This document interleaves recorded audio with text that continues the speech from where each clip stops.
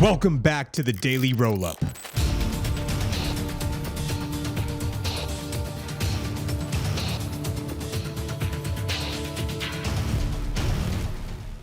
So in the ongoing tit-for-tat between the Israeli government and the Houthi rebels in Yemen, the Houthis launched another drone attack at Israel, which resulted in a drone crash landing in the southern city of Eilat in Israel on September 18th of 2025. Now, there weren't any fatalities reported or injuries from the incident. However, it did cause an area to get caught on fire after the drone exploded on the ground, which was recorded by some CCTV footage in the area at approximately 1900 local time, apparently. So you can see in the video that the drone crashes, sparks a big ball of fire, kind of engulfs the area for a brief period of time, but overall didn't really seem to cause that much damage. But I'm sure that we'll continue to see more of this happening as we move forward in the coming days. So apparently the United States is trying to get Bagram Air Base in Afghanistan back. That's new information to me. Apparently there was a press conference on September 18th that the President of the United States said that they were working to actively regain control of Bagram Air Base in Afghanistan, emphasizing the base's strategic location and proximity to Chinese nuclear facilities, saying, quote, "We're trying to get it back," and quote, "We want that base back." Now, the president was suggesting that these negotiations were actually underway with the Taliban, and he was saying things like they need stuff from us, which could help facilitate the process. Now, I don't know if this is actually being done or what's happening with this, but this is just coming from him recently. There was actually a news clip of him saying that, so let's give that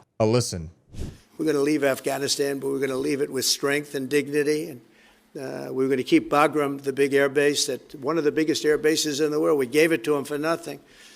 We're trying to get it back, by the way. Okay, that could be a little breaking news. We're trying to get it back because they need things from us. We want that base back.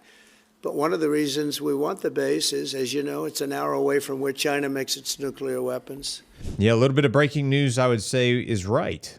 Now, there have been talks about this kind of thing going on in the past, but in February 2025, the Taliban spokesperson Zabihullah Mujahid stated that Bagram remains under Taliban control and that the U.S. would not be able to reclaim it, referring to leftover U.S. equipment as, quote, spoils of war. As of right now, there's no confirmed reports of any formal agreements or troop formations to retake the base, but the president's comments about it have certainly sparked some debate about the possibility of U.S. re-engagement in the region. So there's been a recent video making the rounds on the internet of a Ukrainian Air Force F-16 AM fighting Falcon engaging and destroying a Russian Shahed 136 attack drone with a AIM-9 Sidewinder air-to-air missile. That's been shared widely all over the place since it happened. But Ukraine started receiving F-16 jets in mid-2024, with the first combat sorties reported in early 2025, and these aircraft have been primarily used for like intercepting cruise missiles and drones rather than dogfights with Russian fighters due to the threat from advanced Russian air defenses. Now, the AIM-9 Sidewinder is a short-range infrared guided missile, and it's pretty well suited for targeting the slow-moving, heat-emitting drones like the Shahed series or the Jarin series drones, which Russia deploys in pretty large numbers, oftentimes at nighttime strikes on Ukrainian infrastructure. Now, reports indicate that multiple such shoot-downs with footage emerging as early as May of 2025 have continued to happen throughout the year, though Ukrainian Air Force officials typically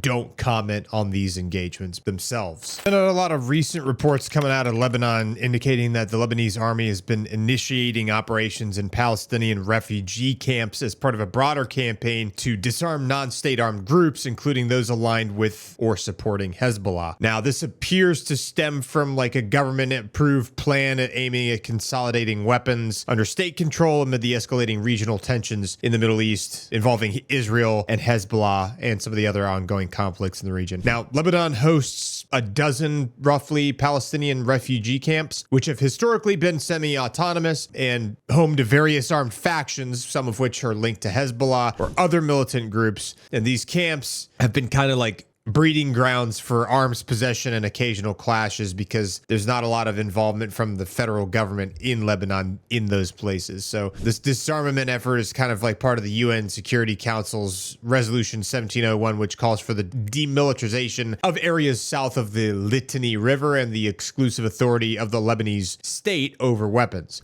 Now, this initiative kind of gained some momentum in early 2025 with the Lebanese armed forces seizing rockets and other armaments from Palestinian terror groups force in northern Lebanon and conducting raids on Hezbollah-related sites. And then by August of 2025, the Lebanese government had approved a multi-phase plan proposed by the army to disarm Hezbollah, specifically in like southern areas and extending to Palestinian camps, border security with Syria, nationwide weapons confiscation from some of these groups. Now, the footage that you're seeing here is from September 19th and apparently was recorded by the Lebanese Armed Forces soldiers conducting raids in what appears to be like a densely populated camp alleyway. And it's basically showing them navigating through these narrow streets that were lined with like hanging wires, flags, things like that, with interacting with civilians. Essentially, they're trying to get control of all these encampments that are within their country in order to target like anybody that's supporting Hezbollah within these camps, which is very similar to how the Kurds are trying to do the same thing with the ISIS camps or the IDP camps in Syria. Kind of similar idea. Now, by mid-September, Palestinian factions, including branches of the Palestinian National Security Forces, voluntarily surrendered significant quantities of arms inside of these encampments in Lebanon, which included like 8 truckloads from a couple different camps. However, not all the groups are complying willingly, leading to raids.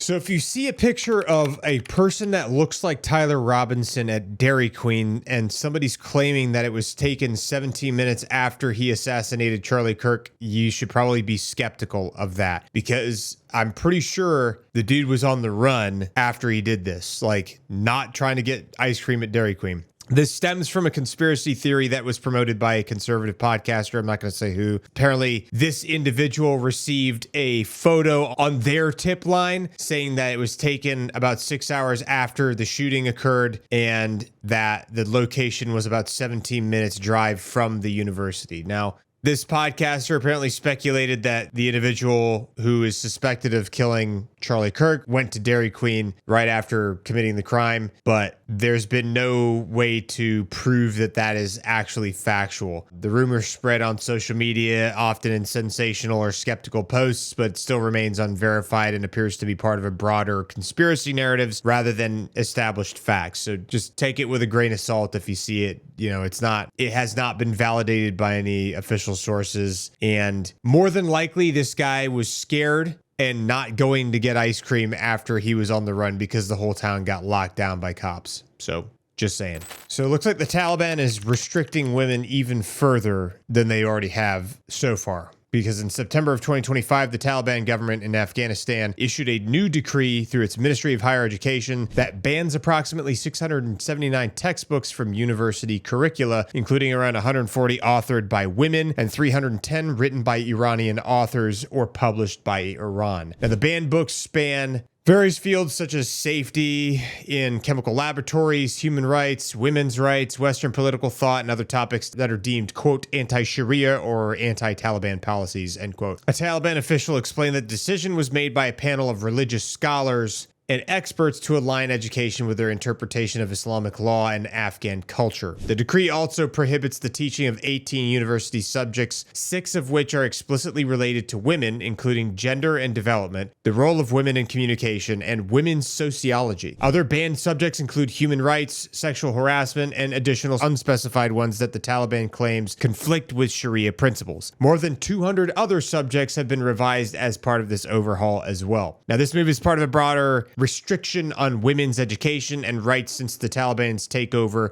in 2021, including banning women from secondary education beyond 6th grade and closing midwifery courses in late 2024. Now, there's a lot of critics, including former Afghan officials and academics, that have described this as another authoritarian extension of Taliban's misogynistic policies, suppressing women's perspectives and creating gaps in higher education by limiting access to global academic resources. But we all knew that the Taliban was going to do this 4 years ago, when they started in placing all of these restrictions on women's access to education or even allowing them to be educated at all. Now, the Taliban continues to maintain that these changes respect women's rights under their framework of Islamic law. So, unfortunately, if you want rights as a woman, you definitely need to get the hell out of Afghanistan.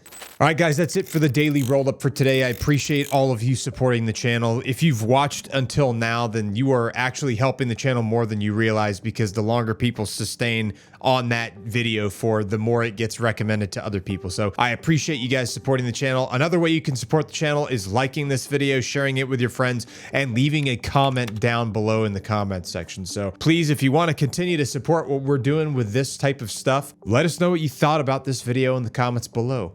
And in the meantime, we will see you in the next video.